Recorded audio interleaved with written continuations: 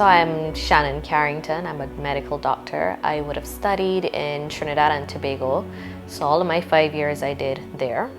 And then I came back to Barbados and did my internship for a year.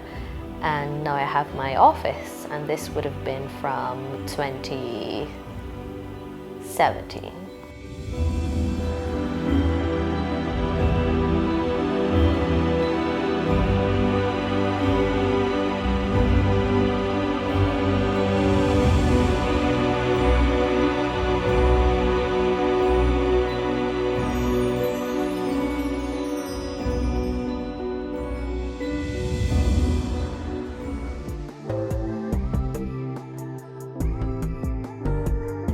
Well, it's something I kind of always wanted to do from really young, to be honest. When I thought of being a doctor, I never quite visualized a hospital setting. And it's kind of a joke I had with my friends when I was in year 1 med school. I actually didn't know that you had to do it, like it was mandatory that you did internship in a hospital. So that was kind of a shock. But I guess from probably a very young age, I knew I wanted to have an office, full stop. I didn't really know what I'd be doing in it. Like I knew I'd be a doctor, but I didn't know what type of doctor, stuff like that. So it kind of was from a very young age. And then as I got older and I started to go to school and stuff, it kind of molded me into the direction of, I guess, a GP practice.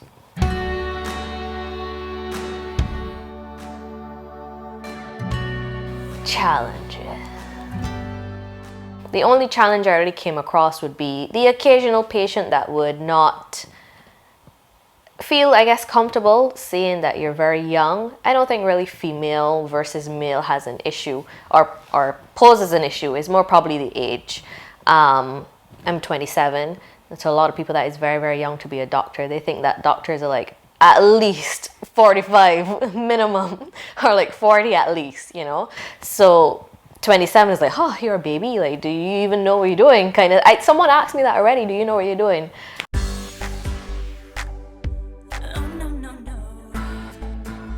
There is some balance that I try to get because I can very much stay in my office all day long and be quite comfortable because I've made it a very comfortable spot, not only for myself, but for my patients as well. So I can stay here all day and then I work 6 days a week. So balance, I guess, really comes on a Sunday after office as well too, as well as just knowing, okay, I don't work for someone per se. So it's like, how you work and you have vacation days and sick days and stuff. It's important to know that when you work for yourself or you're your own boss, you have to give yourself sick days and you have to give yourself vacation days as well too. As difficult as it may seem, because you're kind of setting your rules, therefore it's easier to break them. You don't really have someone hounding over you, but you still have to know, okay, I didn't take a vacation in 8 months. And this happened to me when I first opened my practice. I just worked 6 days a week and I was quite happy doing it, but I had to reflect and say, you know what, almost a year is gone and I've not taken a sick day, I've not taken a vacation day. So I definitely learned balance over the year or year plus that I've been open. And it made such a difference because you're then a little bit more focused, if that makes sense. When you take a little break, not saying that you're taking like 2 and 3 months off, but when you take a little break and you come back, the focus is there. And then you also have a little bit more energy as well too, that you may not have noticed before that was lacking. So it's definitely important.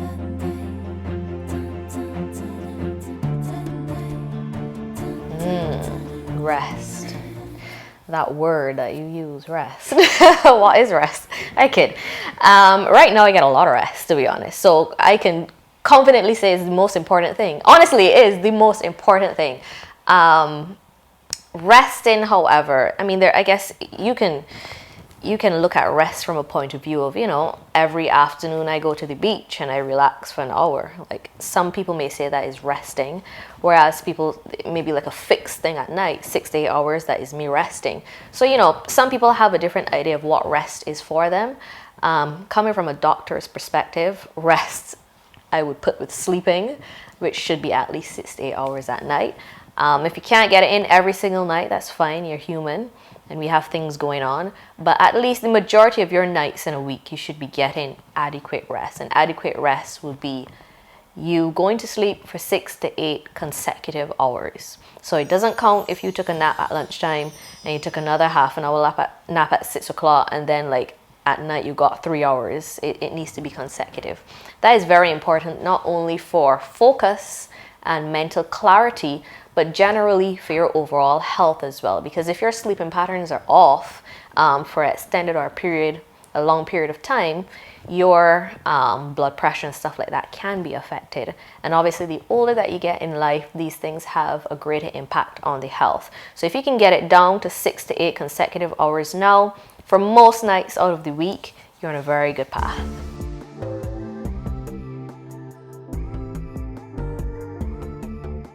But then there's another thing that says work smart and not hard. Right. You got to kind of find a balance. You can't just be pushing and then not resting, because you need to realize that there will be a time, it could be sooner for some people, later for others, but everyone crashes at some point in time. And it may not be a physical crash where you don't feel like getting up and doing anything. It may be a mental one where you just wake up in the morning and you just don't feel like doing the job you're supposed to be doing, right? So you want to try to avoid crashes as much as possible. And the only proven way to avoid a crash is really to take rest when necessary and to be rested.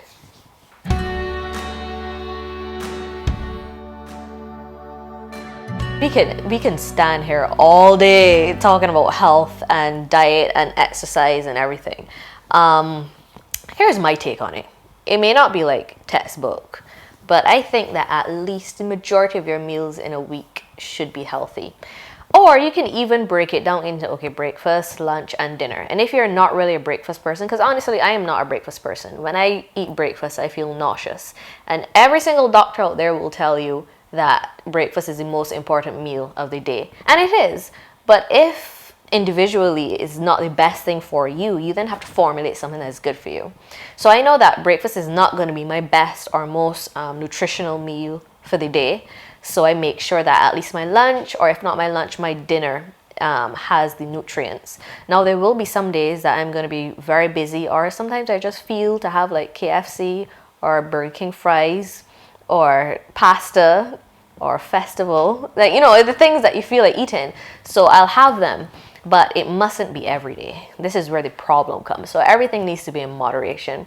Right. No one is saying that you can't eat these things. But definitely, if you realize that you're going to KFC and Chafet and stuff every single day, you need to get to a point where you limit it firstly. I mean, you don't have to eliminate it, but limit it. And also make sure that not only are you limiting fast food and bad foods, but you're also increasing good foods. So some people say, oh, I haven't eaten Chafet for the entire week. But then when you ask, okay, have you had a bowl of salad or, a cup of fruit? And then they're like, oh, no, I didn't do that either. So it needs to be balanced. Right. Good foods need to go up, bad food needs to go down. And once you find that balance, I think you'd be happy. Because I don't think anyone wants to be just on this strict diet and living your 75 or 80 years of life just on a very strict diet and not being happy. You get happy or you get joy from eating. So we still want it to be a joyful experience, but to be responsible with it. I never tell any of my patients, do not eat XYZ. Never. Even if you're diabetic, I never tell you, do not eat sugar. Because from the time I come from that point of view, 99% of people are going to be like, but I want to eat sugar. There's only going to be probably a handful of people that will follow that accurately. And then you always have to think of, okay, my doctor said I shouldn't do this. I know I shouldn't do this. And then they go and do it. Sometimes the guilt alone makes them feel worse and draws them to that same thing they shouldn't be going to, like the guilt eating and stuff. So I would never say never, but definitely limit everything in moderation. That maybe should be my motto, like everything in moderation.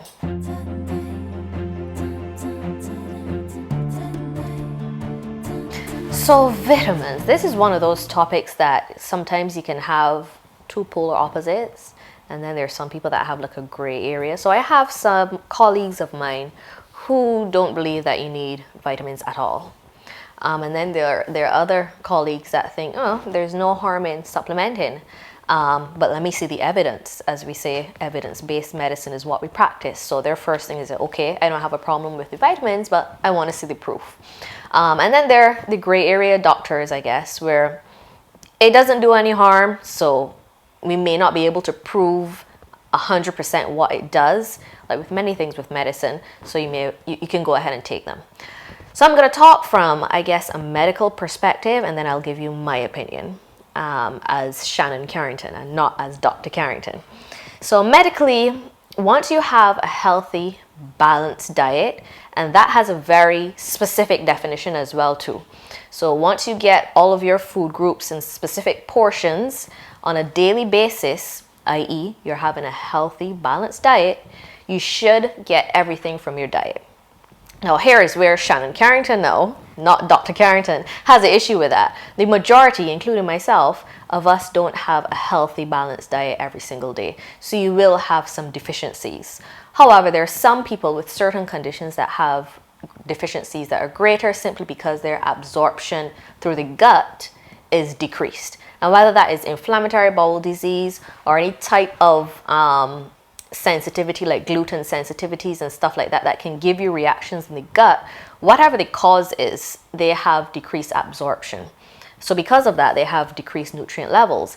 That is going to be different to someone who's just on the go all the time and just grabbing Jafet or KFC. You still have a nutritional deficiency as well too, or like vitamin deficiency, but just may not be as great as that one that cannot absorb. So I think vitamins is a good way to go. As I said, personally, I don't think that you should get too caught up in thinking, well, you know, I ate lettuce last week and I ate broccoli yesterday, and you know, try to get like zone in so much and try to like jot down every single vitamin and try to work out if you're getting so much. Like you can go crazy trying to count all these things. So if you think that your lifestyle is not permitting you, whether that is work or personal life, whatever, is not permitting you to have a healthy, balanced diet, there's no harm with vitamin supplementation. You probably may be doing more good than harm.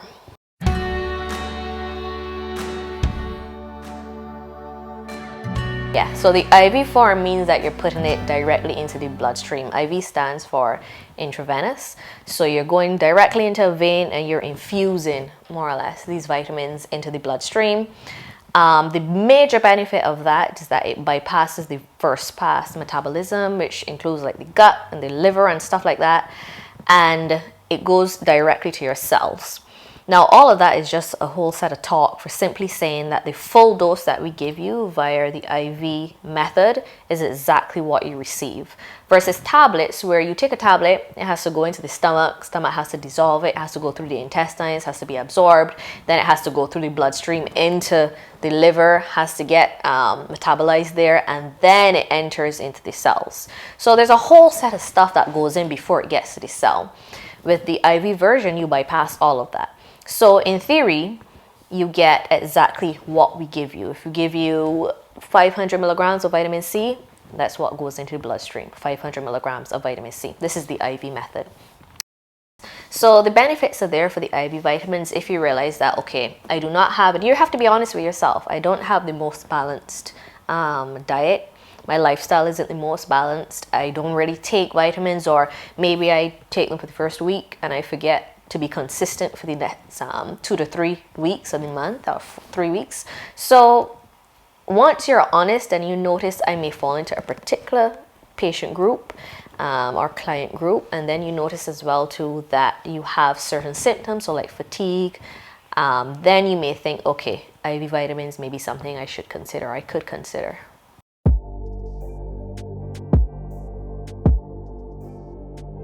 I feel so passionate about mental health that I think in another life I would be like a psychiatrist or something. Because no, it is not. It is definitely not. And if it is discussed in our culture, it is almost always negative. So everything and everyone is mad. And madness in Bajan culture is, I can't even begin to tell you what. It could be schizophrenia, it could be bipolar, it could just be someone going through a manic phase. They're like usually depressed. But everything gets clouded as mad. So from the time you're seeing a psychologist or a psychiatrist, because everything is madness, from the time you start seeing these people, you are mad. So people kind of hide it. They would have symptoms and you'd find that they kind of get around it, try to ignore it. They know that something is not quite right, but they feel a little uncomfortable, or they feel like they may be judged or ridiculed for actually speaking about mental health. But personally, I feel, and this is from a doctor's point of view and a personal point of view, your mental health is just as important as the health of the body. Just like there's no one above the other. Like they're both very, very important. So whatever effort you do with your physical health, your health of the body, I want you to do that with your mental health as well. And I was discussing this with a friend of mine that I feel as though, like, just like how you get an annual checkup every year for your body, you should kind of do that with your mental health as well too. Like, you don't have to go every single month or every week. And even if you do, that's fine. It depends on your life. It depends on your workload. It depends on your relationships at work and at home, and that dictates how often you go. But I think you should go and get your health checked mentally once a year. You know, it's not gonna hurt. Easy to conceal as well too. So you may be feeling down inside, but you can put on a good face and go out to the world, so no one really knows that you're really feeling a certain way. And I think that also makes it difficult to accept within yourself too that something is wrong and you go and get help for it. You know, when you're young and growing up, sometimes you may have signs of certain conditions mentally, and your elders may say you don't have any bills to pay, or when I was younger I had sheep and goat and stuff to carry out, so what were you stressed about? But those are the signs that start from then. Or you may have a perfectly good childhood and then just start to feel depressed or feel anxiety, whatever it is, because of a workplace or workmates or environment at work. So it's definitely common in all age groups, but I think that the younger you are, sometimes you kind of ignore it because we're supposed to be young and healthy and fit, and nothing is supposed to be wrong, right? Everything is supposed to be perfect. But as you said, people in the creative industry, people, young professionals, there are things that we deal with on a daily basis. It may not be personal, it may not be only work related, it may be socially. There's so many aspects, you know.